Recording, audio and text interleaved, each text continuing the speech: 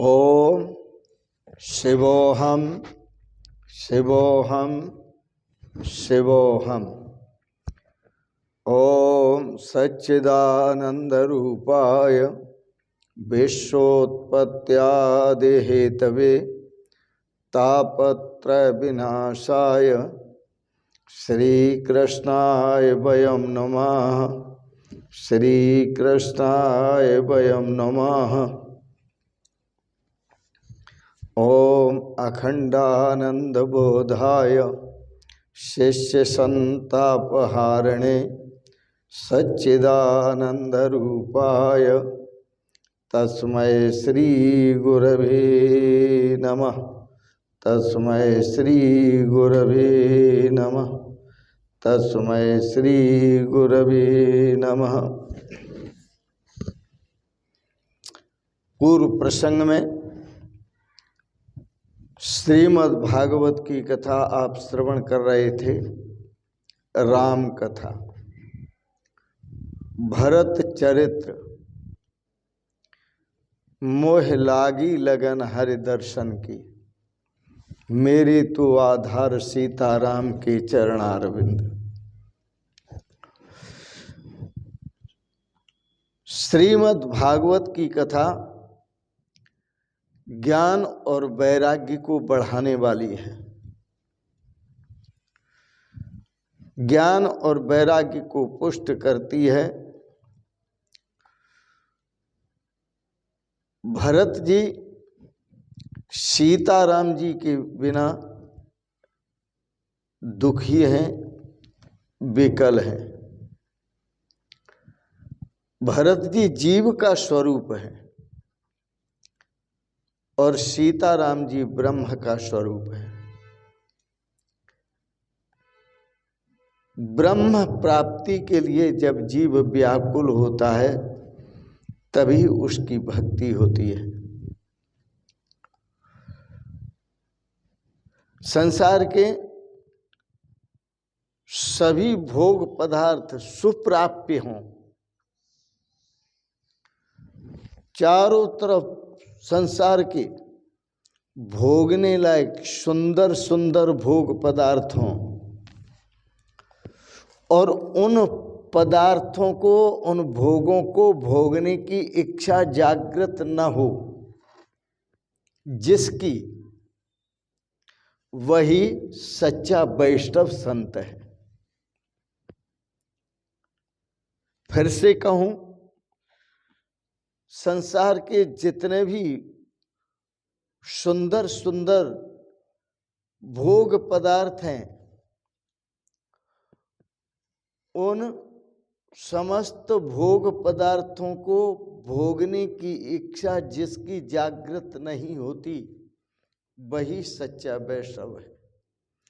क्योंकि जिसकी इच्छा भोगों को भोगने की नहीं होती, उसकी इच्छा भगवान को प्राप्त करने की होती है। वही सच्चा वैष्णव भक्त है।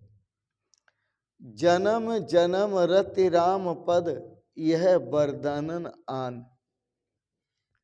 कल आप श्रवण कर रहे थे, भरत जी ने तीर्थराज प्रयाग में आकर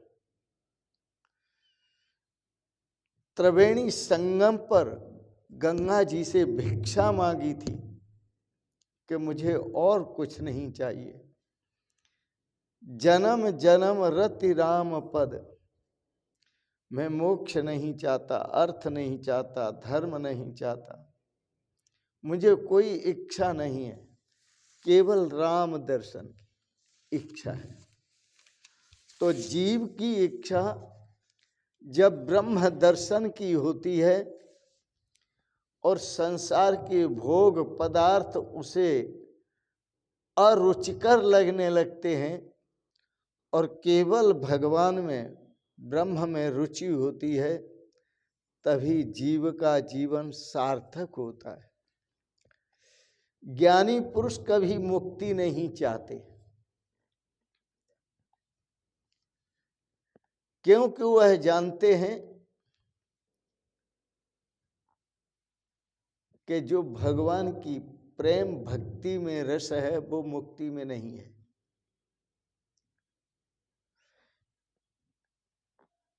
मोक्ष में कोई आनंद नहीं है, और मोक्ष का जो आनंद है वो भी तुच्छ है। आनंद तो परमात्मा है, आनंद स्वरूप। वेदांत कहता है कि आनंद स्वरूप परमात्मा है, और वो आनंद स्वरूप अपनी आत्मा है। और परमात्मा स्वरूप जो आत्मा है वो सदा सदा से मुक्त है, वो कभी बंधन में आती ही नहीं।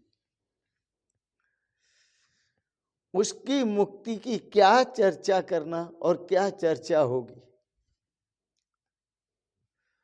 भगवान भक्त को मुक्ति नहीं देते हैं जल्दी, क्योंकि भक्त मुक्ति चाहता भी नहीं है, वह तो भगवान को चाहता है।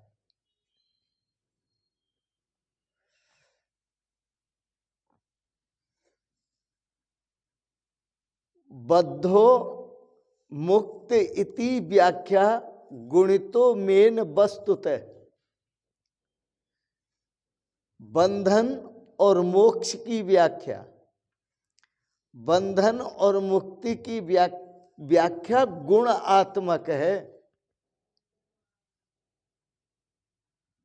यह गुणात्मक है। तीनों गुणों में बंध जाना बंधन है, और तीनों गुणों से छूट जाना मुक्ति है। संसार के भोगों में आसक्त होना बंधन है, और संसार के भोगों से छूटना मुक्ति है। क्योंकि संसार के भोग त्रिगुण आत्मक हैं। कुछ सतोगुणी भोग हैं, रजोगुणी हैं और तमोगुणी हैं। इसलिए साधु संत कहते हैं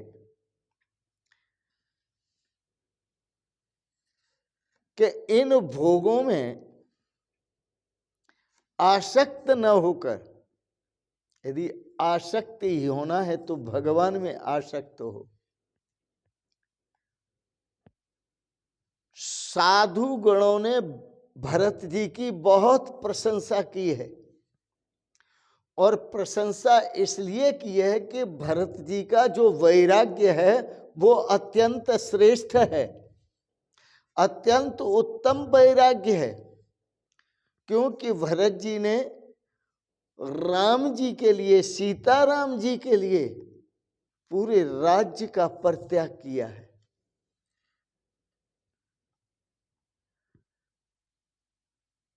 भरत जी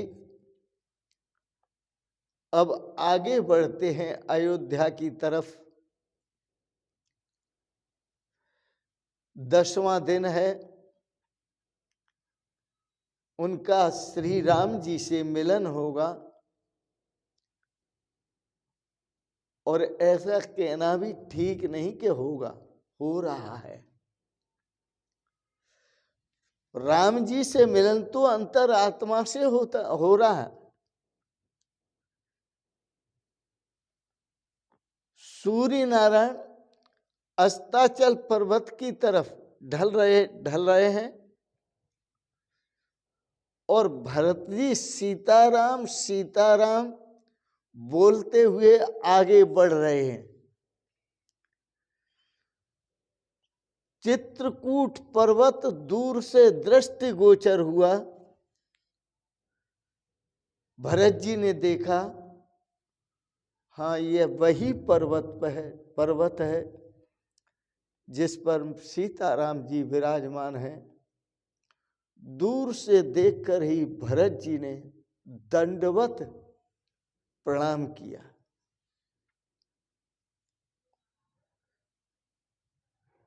और वहां जो चित्रकूट की तलहटी है उसमें सभी ने दंडवत प्रणाम किया, चित्रकूट पर्वत की तरफ मुंह करके। और रात्रि को वहां सबने विश्राम किया चित्रकूट की तलहटी में। इधर सीता जी ने सपना देखा कि भरत राम जी से मिलने आ रहे, हमसे मिलने आ रहे। सीता जी नाम नहीं लेती है, मैंने तो नाम ले दिया, भरत जी हमसे मिलने आ रहे हैं। उनके साथ अयोध्या की प्रजा भी है, एक स्वप्न देख रही है सीता जी। परंतु सासू जी का जो वेश है, भेष है, वह शोक सूचक है। सीता जी की सारी बातें राम जी ने सुनी तो राम जी ने कहा, स्वप्न तुम्हारा अमंगलमय है, मंगलमय नहीं है। लगता है कोई दुखद समाचार सुनने को मिलेगा। प्रातःकाल हुआ, भरत जी ने पर्वत की ओर जाने के लिए गुरुदेव वशिष्ठ से अनुज्ञा मांगी, किंतु वो तो व्याकुल अवस्था में सोच रहे थे, व्याकुल होकर के सोच रहे थे। गुरुदेव ने आज्ञा तो दी, पर भरत जी मन में सोच रहे हैं कि मेरी माँ ने मेरा मुंह काला किया है, यह काला मुंह राम जी को कैसे, सीता राम जी को कैसे दिखाऊंगा।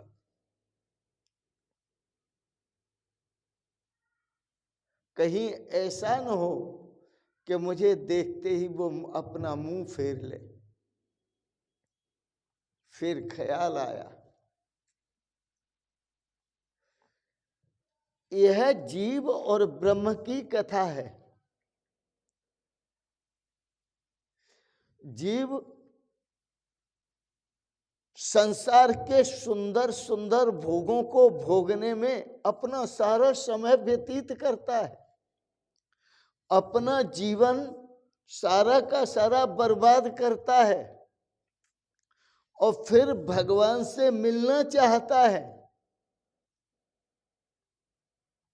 और फिर सोचता है कि मैं जन्म जन्म का पापी हूं और इस जन्म में भी मैंने कोई अच्छा काम, मनोगतम इस जन्म में भी कोई अच्छा काम नहीं किया है, पता नहीं भगवान मुझे अपनाएंगे या नहीं अपनाएंगे। भरत जी भी वैसा ही सोच रहे। फिर भरत जी को ख्याल आता है, नहीं मेरे बड़े भैया बड़े अच्छे हैं और इतने सीधे और साधु स्वभाव के हैं, वो छोटों की गलतियों का गिला शिकवा मन में नहीं रखते। हाँ, मिलने के लिए वो तो तैयार हो जाएंगे, लेकिन हो सकता है भाभी जी मना कर दे। यह भी एक दुख की बात है, भाभी जी मना कर दें तो मुंह फेर लेंगे, नहीं तो नहीं, मनोगतम नहीं, वो ऐसा करेंगे नहीं, मुझे अवश्य अपनाएंगे। और भाभी जी भी मिलने से रोकेंगी नहीं।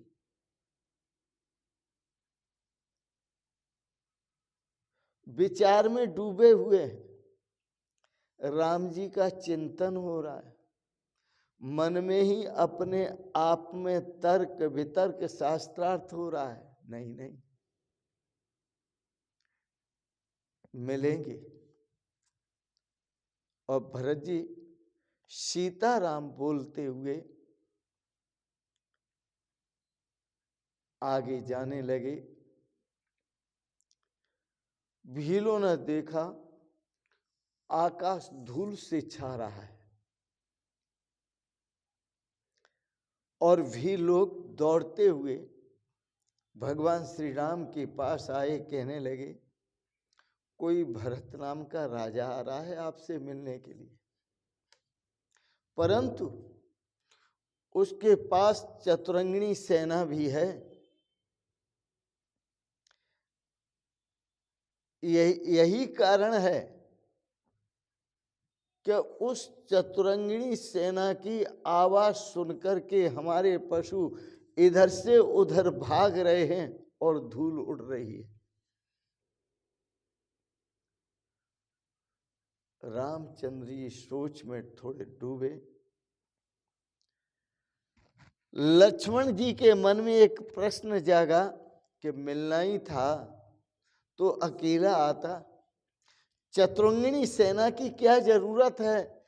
लक्ष्मण जी के मन में तर्क जागृत हुआ, खड़ा हुआ कि हो सकता है वो अपने राज्य को निष्कंटक करने के लिए आ रहा है, हमसे युद्ध करने के लिए आ रहा है, और हमसे युद्ध करके वह अपना राज्य निष्कंटक करना चाहता है।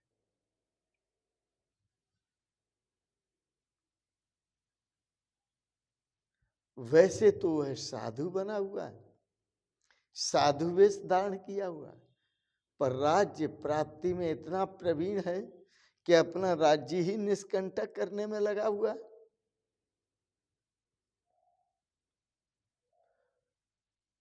ठीक। गहरी श्वास लेते हुए लक्ष्मण बोले,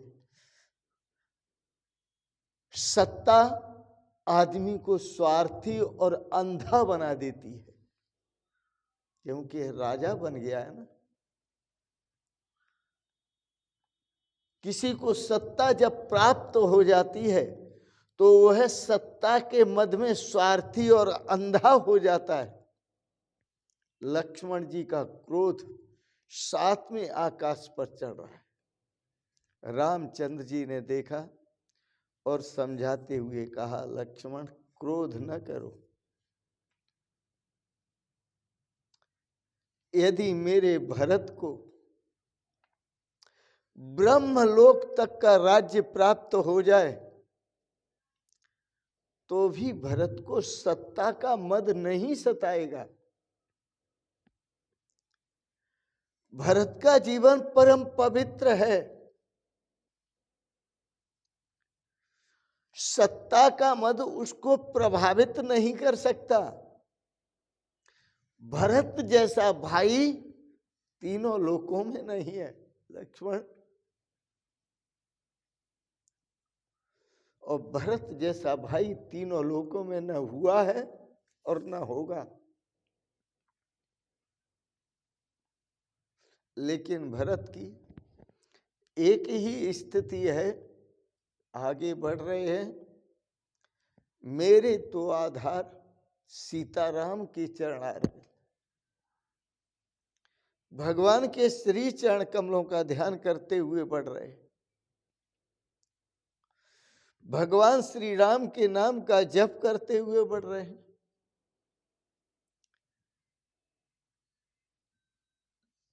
चित्रकूट के पर्वत भी मानो सोच में डूब गए,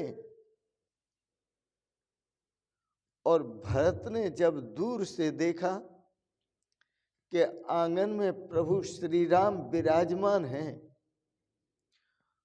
और आंगन में विराजमान होकर के ज्ञान वार्ता कर रहे हैं, ज्ञान की चर्चा कर रहे हैं। गुरुओं ने जो ज्ञान दिया, भगवान वशिष्ठ ने जो ज्ञान दिया, महर्षि वाल्मीकि ने जो ज्ञान दिया, महर्षि विश्वामित्र ने जो ज्ञान दिया, और महर्षि रघु ऋषि ने जो अध्यात्म ज्ञान दिया, उस ज्ञान की चर्चा कर रहे हैं। और सीता और राम, सीता और लक्ष्मण राम जी की सेवा में खड़े हुए हैं, उपस्थित हैं। भरत असमंजस में है, मैं पापी हूं, उनके सामने जाऊं तो कैसे जाऊं। अपने आप को धीरज देते हुए भरत जी ने राम जी के पास जाकर साष्टांग दंडवत प्रणाम किया। साष्टांग दंडवत प्रणाम का अर्थ होता है कि भगवान श्री राम के चरणों में लंबे लेट गए।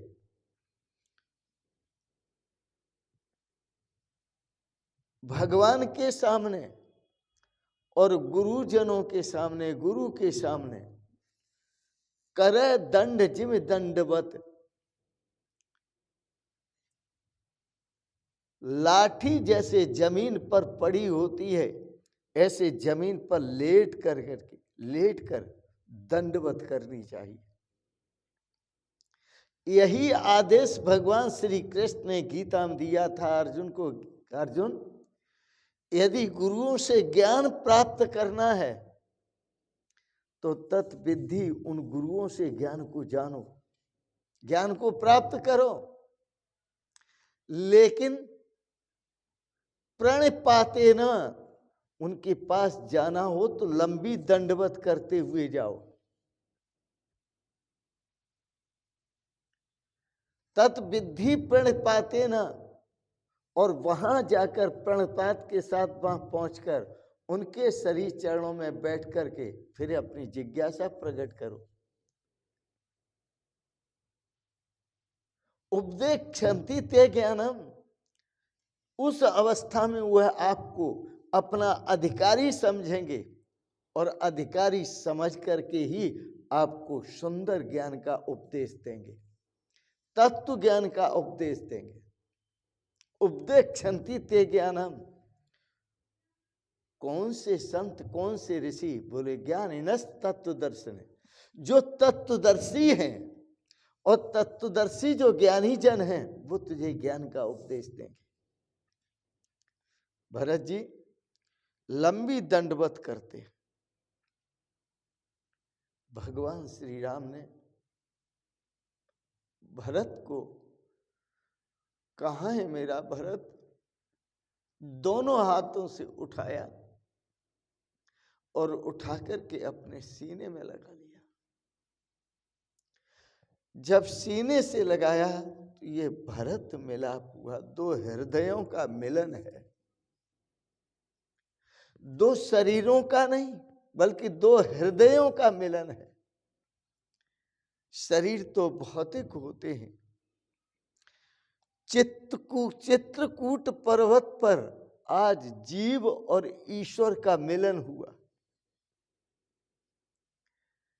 जीव, भरत जी जीव का स्वरूप है और राम जी ब्रह्म का स्वरूप है। जीव और ब्रह्म का जो मिलन होता है, जब जीवन में पूर्ण वैराग्य घटित होता है और पूर्ण भक्ति, भक्ति का मतलब प्रभु के प्रति प्रेम जब हृदय में जागृत होता है तब जीव और ईश्वर का मिलन होता है। चित्रकूट में भगवान लक्ष्मण जानकी के साथ निर्वासित हैं और भगवान तो निर्वासित हैं ही। एक दृष्टि से देखा जाए तो भगवान का कोई घर नहीं है, भगवान के लिए कोई घर नहीं है, और दूसरी दृष्टि से देखा जाए तो जितने घर हैं सब भगवान के ही घर हैं। एक दृष्टि से देखा जाए तो भगवान किसी घर में नहीं रहते हैं, वो घरों से अतीत हैं, परे हैं। और दूसरी दृष्टि से देखा जाए तो भगवान सभी घरों में मौजूद हैं, प्रत्यक्ष हैं, पर दृष्टि चाहिए आपके पास, और वह दिव्य दृष्टि मिलेगी गुरुओं से। भगवान श्री राम चित्रकूट पर पर्वत पर हैं, साथ में लक्ष्मण और जानकी भी हैं। निर्वासित हैं। लक्ष्मण जी वैरागी का स्वरूप है। राम जी को तो वनवास हुआ था, तब उन्होंने घर को छोड़ा था, राज्य को छोड़ा था, अवध को छोड़ा था, अयोध्या को छोड़ा था। लेकिन लक्ष्मण जी को तो वनवास नहीं हुआ था, फिर भी उन्होंने अवध का परित्याग किया और अपनी धर्म पत्नी उर्मिला जी का परित्याग किया।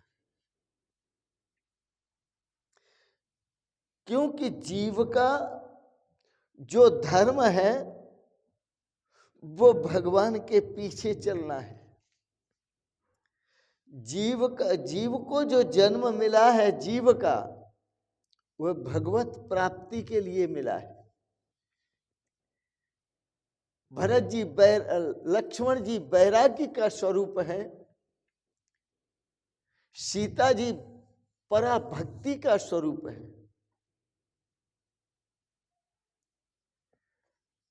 भक्त भक्ति भगवंत गुरु चतुर नाम बप एक, ये 4 नाम हैं और चारों में एक ही परमात्मा विराजमान है। वही भक्त का स्वरूप बन गया, वही भक्ति का स्वरूप बन गया, वही गुरु का स्वरूप बन गया और वही भगवंत का स्वरूप बन गया। 4 नाम बप एक, परमात्मा एक ही है। सीता जी लक्ष्मण जी वैराग्य का स्वरूप है, सीता जी भक्ति का स्वरूप है। भगवान वहां विराजते हैं जहां वैराग्य और भक्ति कायम होती है। यह वैराग्य और भक्ति कहां पर टिके, वो स्थान भी बताते हैं। चित्त में। चित्त जब वैराग्य पूर्ण होता है और प्रेम पूर्ण होता है तो वहीं राम जी आकर के विश्राम करते हैं।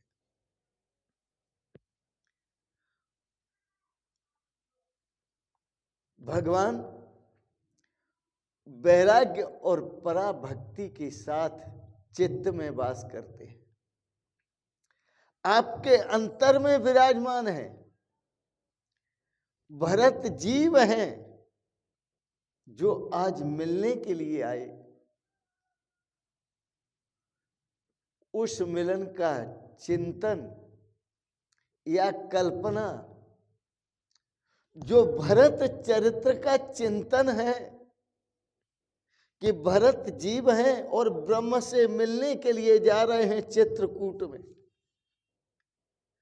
जीव अपने चित्त में ही, शुद्ध चित्त में परमात्मा से मिलन का प्रयास करता है, वही भरत है। चित्त ही हमारा चित्रकूट है।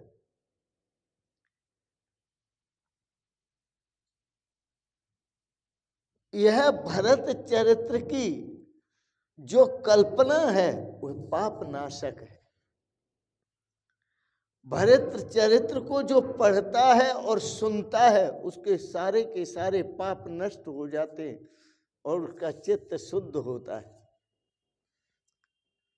तो भगवान जहाँ वैराग्य होता है, जहाँ पराभक्ति होती है, वहीं तो पवित्र चित्त होता है और ऐसे पवित्र चित्त में प्रभु का चिंतन होता है और प्रभु का चिंतन होने पर ही तो पाप मुक्त हुआ जीव ब्रह्म के मिलन को प्राप्त होता है। पर यह भक्ति परा, यह प्रभु से मिलन का तीव्र प्रेम जब जागृत होता है और जीव मिलन के लिए आतुर होता है तो उसके पास, जीव के पास पूर्ण वैराग्य होता है और पूर्ण भक्ति होती है। तीव्र वैराग्य होता है और तीव्र भक्ति होती है। वैराग्य और भक्ति वैराग्य यदि तीव्र नहीं होता, वैराग्य दो प्रकार का होता है, एक क्षणिक वैराग्य और एक तीव्र वैराग्य। क्षणिक वैराग्य जब होता है, घरवाली ने आंखें दिखाई, बच्चों ने आंखें दिखाई तो घर छोड़ के चल दिए और पहुंचे बाबा जी के मठ पर। घर में हो गई खटपट, चल बाबा जी के मठ पर, और बाबा ने बताया काम, तो कहने लगे बाबा हम तो रमते राम, हम तो चले।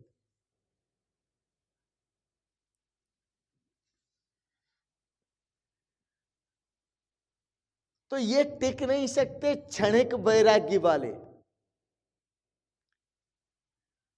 फिर पहुंचेंगे उसी घर में और फिर बच्चों के अपशब्दों को, अपमानित शब्दों को सहन करेंगे, पत्नी के अपमानित शब्दों को सहन करेंगे, क्योंकि अभ्यास है ना पुराना।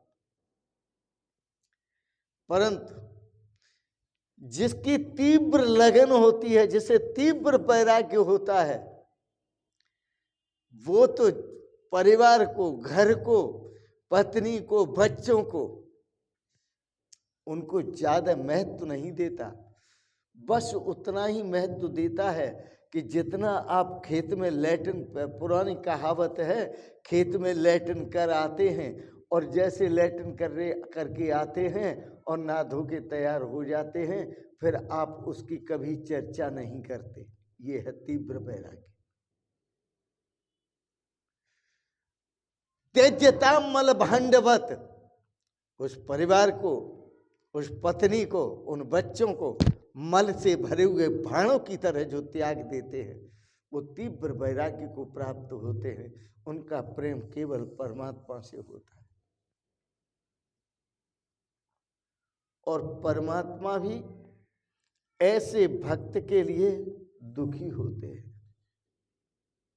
भगवान को भी लगा मेरा भरत बहुत दुखी है।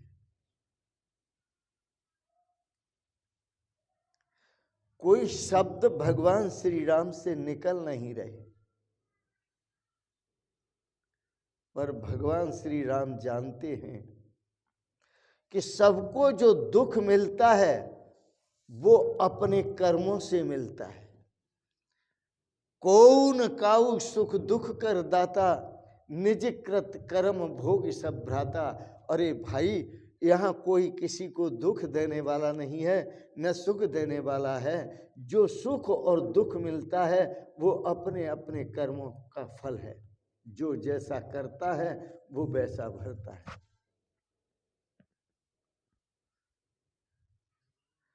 इसलिए परमात्मा से अपने दुखों की शिकायत कभी नहीं करनी चाहिए। सोचो, मैं अपने सुख के लिए भगवान कृष्ण को कष्ट दूं, भगवान श्री राम को कष्ट दूं, बल्कि मुझे तो भगवान की सुख सुविधा का विचार करना चाहिए।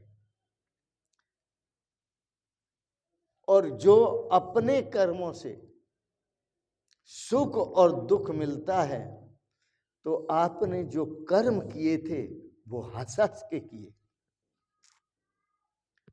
और आप भोगते समय रो रो करके भोगते हैं। नहीं, ये धर्म नहीं कहता। यदि आपने कर्म भी खुश होकर के किए तो उनका सुख दुख भी खुश होकर के भोगो, क्योंकि वो आपके किए हुए कर्मों का फल है। दुख तो तब किया जाए जब कोई दूसरा आपको दुख दे रहा हो।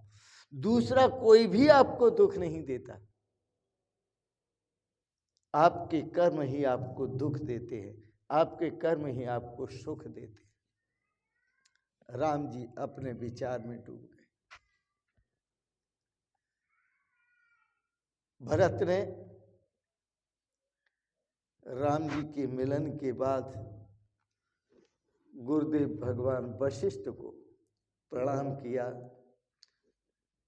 और माता अरुंधति जो वशिष्ठ की धर्म पत्नी है उनको भी प्रणाम किया।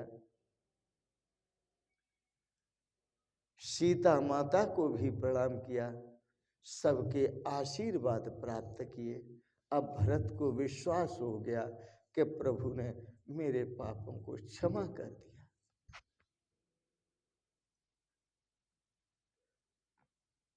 भरत जी को प्रणाम करने दो, बड़ा सुंदर है।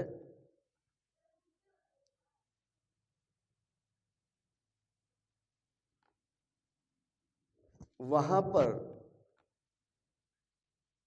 पहुंची कौशल्या जी, सीता जी ने कौशल्या जी को प्रणाम किया, अपनी सासू जी को। सासू जी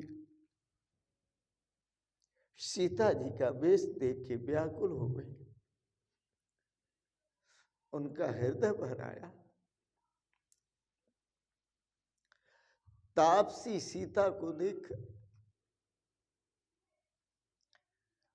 कौशल्या जी ने उन्हें अपने हृदय से लगा लिया और रो पड़ी। यह प्रेम का मिलन है। भगवान श्री राम ने सुना भरत जी चिंता में डूबे हैं, कारण पूछा तो पिताजी का स्वर्गवास हुआ है। भगवान श्री राम ने पिताजी की श्राद्ध क्रिया भी की।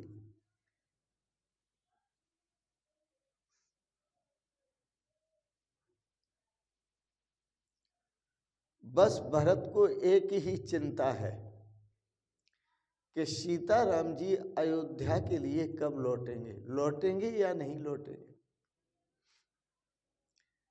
मैं अपने मुख से कहूं भी तो कैसे कहूं। भगवान वशिष्ठ परीक्षा लेना चाहते हैं भरत जी की। उन्होंने भरत से कहा, भरत तू उनसे विनती करना। भरत जी भगवान श्री राम के आगे आए,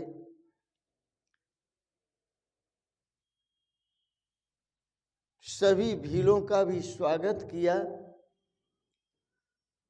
प्रजा का भी स्वागत किया राम जी ने।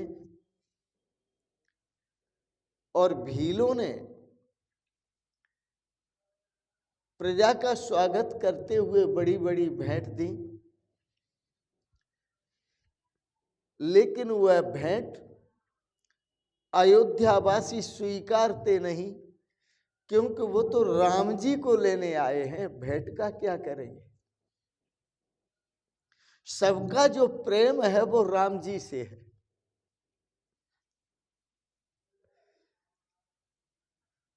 बस एक लाइन बोलो, बड़ा सुंदर है, और अपने अपने चित्त से कहो, कोई किसी को मत कहो।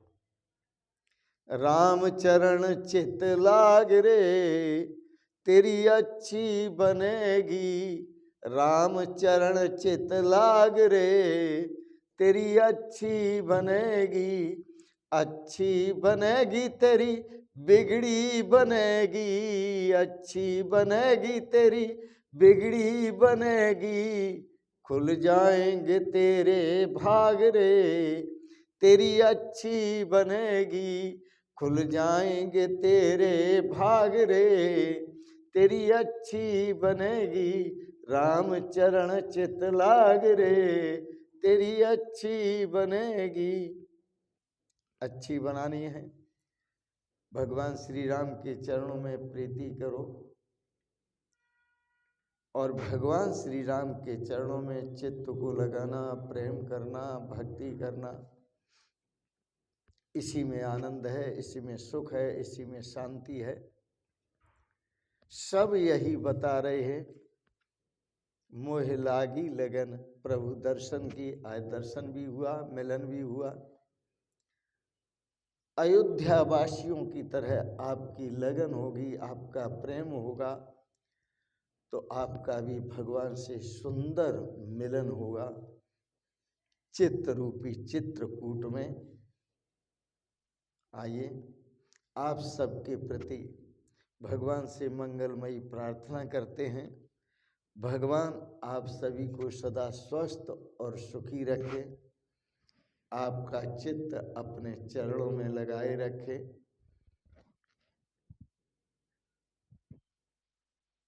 जिनका चित्त भगवान के श्री चरण कमलों में लग जाता है तो उसे दृष्टि भी रघुनाथ जी की तरफ से, राम जी की तरफ से चमत्कारी मिलती है और वह सभी पापों से छूट जाता है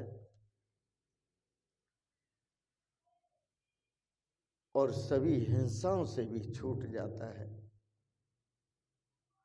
आप भी भगवान के चरणों में प्रीति करें, इसी में श्रेय है, इसी में सौभाग्य है। अंत में आप सबके लिए बहुत बहुत शुभकामनाएं करते हुए, बहुत बहुत शुभकामनाएं, बहुत बहुत आशीर्वाद, बहुत बहुत प्रणाम प्रणाम प्रणाम। शिवोहम शिवोहम शिवोहम।